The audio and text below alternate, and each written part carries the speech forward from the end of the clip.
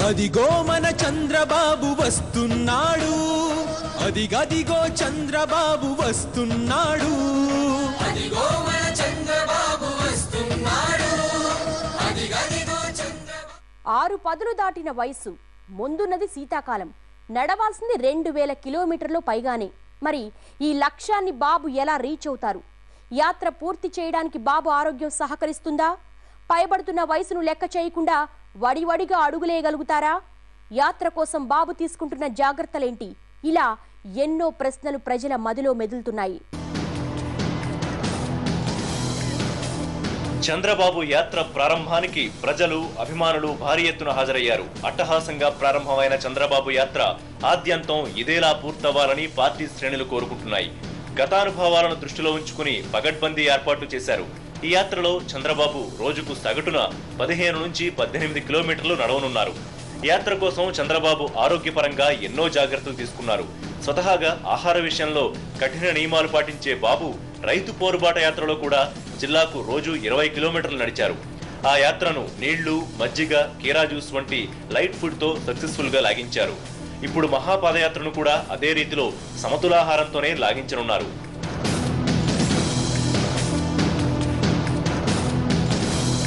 ఈ యాత్ర మొత్తంగా చంద్రబాబుకు లైట్ డైట్ ఉండేలా జాగ్రత్తలు తీసుకుంటున్నారు. బాబు మెనూలో ఆయిల్ ఫుడ్స్ ఉండవు. ఎక్కువగా వెజిటబుల్ సలాడ్స్, ఫ్రూట్ జ్యూసులు ఉంటాయి. కొన్నేళ్లుగా రోజు యోగా చేస్తున్న చంద్రబాబు యాత్రలో కూడా అది కొనసాగించనున్నారు. రోజు ఉదయం 8 గంటల నుంచి రాత్రి 8 గంటల వరకు యాత్రను కొనసాగించేలా షెడ్యూల్ ప్లాన్ చేశారు. ఉదయం, మధ్యాహ్నం అల్పాహారం, రాత్రి రొట్టె, పెరుగన్నం లేదా పళ్లతో భోజనం ముగించనున్నారు. అరగని ఆహారాలు, తర్వాత అజీర్ణం చేసేటువంటి ఆహారాలు, అలవాటు లేనటువంటి ఆహారాలు తీసుకున్నట్లయితే వాళ్ళు ఈ నడక చేస్తున్నా లేకపోయినా కూడా వాళ్ళకి కొంతవరకు కష్టం కలుగుతుంది.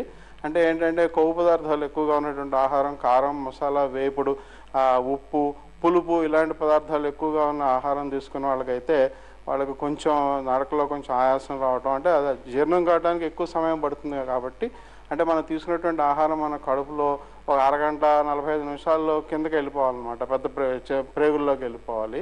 అలా వెళ్లకుండా కొవ్వు పదార్థాలు, నూనె పదార్థాలు ఎక్కువగా ఉన్నట్లయితే మన కడుపులో జీర్ణాశయంలో ఎక్కువసేపు ఉంటుంది అనమాట. దీనివల్ల వాళ్ళు కొంచెం భుక్తాయాసం అంటాం కదా, అలా కొంచెం ఆయాసం వచ్చే అవకాశం ఉంది. కాబట్టి ఆహారం అనేది తేలిగ్గా జీర్ణమయ్యేటువంటి ఆహారం, కొవ్వు పదార్థాలు తక్కువగా ఉండేవి తీసుకోమని చెప్తూ ఉంటాను. యాత్రలో విశ్రాంతి తీసుకోవడానికి నైట్ టెంట్లతో పాటు ప్రత్యేకంగా తయారు చేయించిన బస్సు కూడా బాబు వెంట వస్తుంది. ఈ బస్సును ప్రత్యేకంగా ముంబైలో డిజైన్ చేయించారు. ఇందులో చిన్న డైనింగ్ టేబుల్, మంచం, బాత్రూమ్, నేతలతో సమావేశానికి చిన్న మీటింగ్ హాలు ఉన్నాయి. ఇక ఎప్పటికప్పుడు రాజకీయ సమాచారం తెలుసుకునేలా టీవీ, ఇంటర్నెట్ సదుపాయాలు కూడా అందుబాటులో ఉంటాయి. యాత్ర మధ్యలో బాబు ఈ బస్సులోనే విశ్రాంతి తీసుకుంటారు. రాత్రులు నిద్రపోవడానికి అప్పటి పరిస్థితులు, భద్రతాధికారుల సలహాను బట్టి నైట్ టెంట్లలో గానీ మరో మినీ బస్సులో కానీ ఏర్పాట్లు చేశారు. మిగిలిన వాహనాలకు కాకుండా బాబు స్పెషల్ బస్సులకు కంటిన్యూస్ పవర్ సప్లై కోసం హై కెపాసిటీ జనరేటర్లు వాడనున్నారు.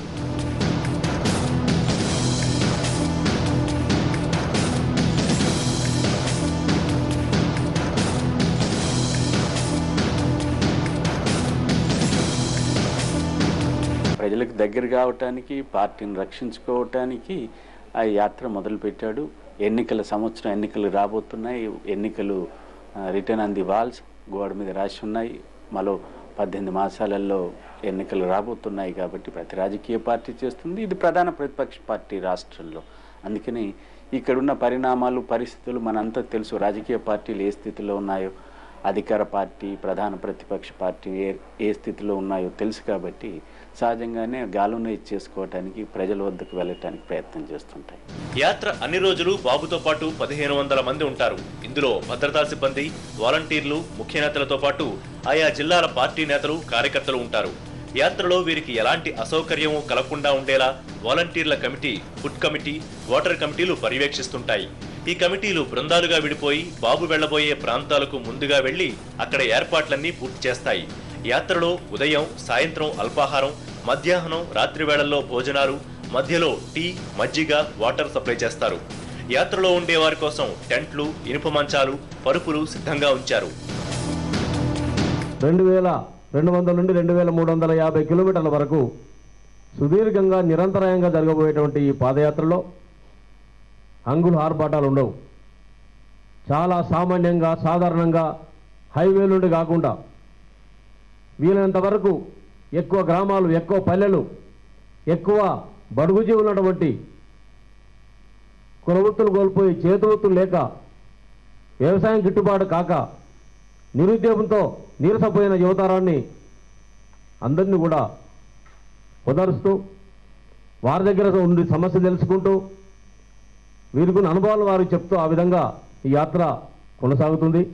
యాత్రకు ఏర్పాట్లు భారీగా ఉన్నాయి సరే, మరి చంద్రబాబు ఎంతవరకు ఫిట్ గా ఉన్నారన్నదే ప్రశ్న. రైతు పాదయాత్రలో రోజుకు 20 కిలోమీటర్లు నడిచిన బాబు ఇప్పుడు ఆ స్ఫూర్తినే కాదు, ఆ ఆరోగ్య సూత్రాలను కూడా పాటించనున్నారు. బాబు యాత్రలో నడిచేందుకు అల్ట్రా మోడర్న్ రీబాక్ షూ వేసుకున్నారు. లైట్ వెయిట్ గా ఉండే ఈ షూ బాబు పాదాల మీద ఎక్కువగా ఒత్తిడి పడనివ్వదు. ఎక్కువ దూరం నడిచే వారి కోసం తయారు చేసిన ఈ షూలనే రైతు పోరుబాటులో కూడా చంద్రబాబు వాడారు.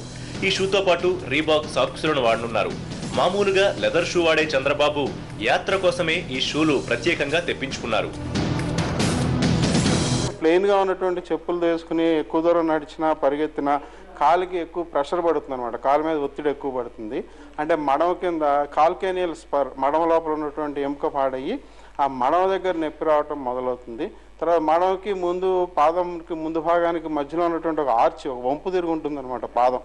ఆ పాదం కూడా చదునైపోయి అక్కడ నొప్పి వచ్చే అవకాశం ఉంది. కాబట్టి ఆకు చెప్పులు వాడకుండా ఈ కొత్తగా వచ్చేటువంటి స్పోర్ట్స్ షూస్, అంటే కాలుని గట్టిగా పట్టుకుని ఉంచేటువంటి స్పోర్ట్స్ షూస్ వాడినట్లయితే మన కాలు మీద శరీరం యొక్క బరువు ఒత్తిడి ఏదైతే పడుతుందో అది ఆ చెప్పు, ఆ షూ అది భరించి కొంతవరకు మనకి కాలు మీద ఒత్తిడి తగ్గించేటువంటి అవకాశం ఉంది. ఇక ఆరోగ్యం విషయంలో కూడా చంద్రబాబు ఎన్నో జాగ్రత్తలు తీసుకోనున్నారు. ఎప్పటికప్పుడు ఆరోగ్య పరీక్షలు చేయించుకునేలా ఏర్పాట్లు చేశారు. వచ్చేది శీతాకాలం. 62 ఏళ్ల చంద్రబాబు కంపల్సరీ ఎన్నో ఆరోగ్య జాగ్రత్తలు తీసుకోవాల్సి ఉంటుందంటున్నారు వైద్యులు. ఈ నడక అలవాటు లేని వాళ్ళకి రక్తనాళాలు కొంచెం వంకరగా అంటే మన టార్చుయాసిటీ అనమాట, అంటే వ్యారికోజ్ వీన్స్ ఇలాంటివి వచ్చే అవకాశం ఉంది. కాబట్టి వాళ్ళు అలాంటి జబ్బు వచ్చే అవకాశం ఉందో లేదో డాక్టర్లను సంప్రదించడం మంచిది. అంటే సిరలకు సంబంధించిన వ్యాధి అనమాట. తర్వాత కండరాలు, తర్వాత ఎముకలు, కీళ్ళకి సంబంధించి వ్యాధులు ఉన్న వాళ్ళు అయితే వాళ్ళు దానికి కొంతవరకు జాగ్రత్త తీసుకోవాలి. ముఖ్యంగా ఆస్టియో ఆర్థరైటిస్ అనేటువంటి వ్యాధి, అంటే కీళ్ళు అరిగిపోవటం, ఎముకలు అరిగిపోయినటువంటి వాళ్ళు ఎక్కువ దూరం అలవాటు లేకుండా నడిచినట్లయితే ఆ వ్యాధి ఎక్కువయ్యేటువంటి అవకాశం ఉంది. ఈ యాత్రలో బాబు మేనరిజం సాధారణం కన్నా కొద్దిగా భిన్నంగా ఉంటుందంటున్నారు. ఎప్పుడు ప్రజల ముందుకెళ్తే విక్టరీ సింబల్ చూపిస్తూ పెద్దగా స్పీచ్లిచ్చే చంద్రబాబు ఈ యాత్రలో మాత్రం no speeches, no press meets అని ఖరాఖండిగా చెప్పేశారు. ప్రజల దగ్గరకు నేరుగా వెళ్లి వాళ్ల కష్టాలు, సమస్యలు, బాధల్ని తెలుసుకోవడమే ప్రధానంగా ముందుకెళ్లనున్నారు. ప్రజలతో మమేకమయ్యేందుకు వీలుగా సెక్యూరిటీ వలయాన్ని కూడా కొద్దిగా ఛేదించి ముందుకెళ్లనున్నారు. జెడ్ కేటగిరీ సెక్యూరిటీ కొనసాగిస్తూనే ప్రజల్లోకి వెళ్లేలా ఏర్పాటు చేసుకున్నారు. ఈ యాత్ర మొత్తం చంద్రబాబు తన రెగ్యులర్ డ్రెస్ కోడ్ నే ఫాలో అవనున్నారు. కానీ తన మేనరిజాన్ని మాత్రం కొద్దిగా మార్చుకుంటూ ముందుకెళ్లనున్నారు. ఎప్పటిలా విక్టరీ సింబల్ ను చూపించకుండా ఈ యాత్రలో 2 చేతులతో సాధారణంగా నమస్కరిస్తూ ప్రజల ముందుకెళ్లనున్నారు. ఇలా యాత్ర ఆశాంతం ప్రజల సమస్యలు క్షేత్రస్థాయిలో తెలుసుకుని వాటి నుంచి 2014కి పార్టీ ఎజెండా తయారు చేయనున్నారు. 2009లో ఇలాంటిదేమీ లేకుండా బాబు ప్రకటించిన మనీ ట్రాన్స్ఫర్ స్కీమ్ వంటివి ఫెయిల్ అయ్యాయి. పాదయాత్రల వెనుకున్న సీక్రెట్ ఏంటి? అవి నేతల్ని ప్రజల్లోకి ఎలా తీసుకెళ్తాయి? పాదయాత్రలంటే వైఎస్ చంద్రబాబులేనా? వివరాలు బ్రేక్ తర్వాత చూద్దాం. అదిగో మన చంద్రబాబు వస్తున్నాడు, అదిగదిగో చంద్రబాబు వస్తున్నాడు.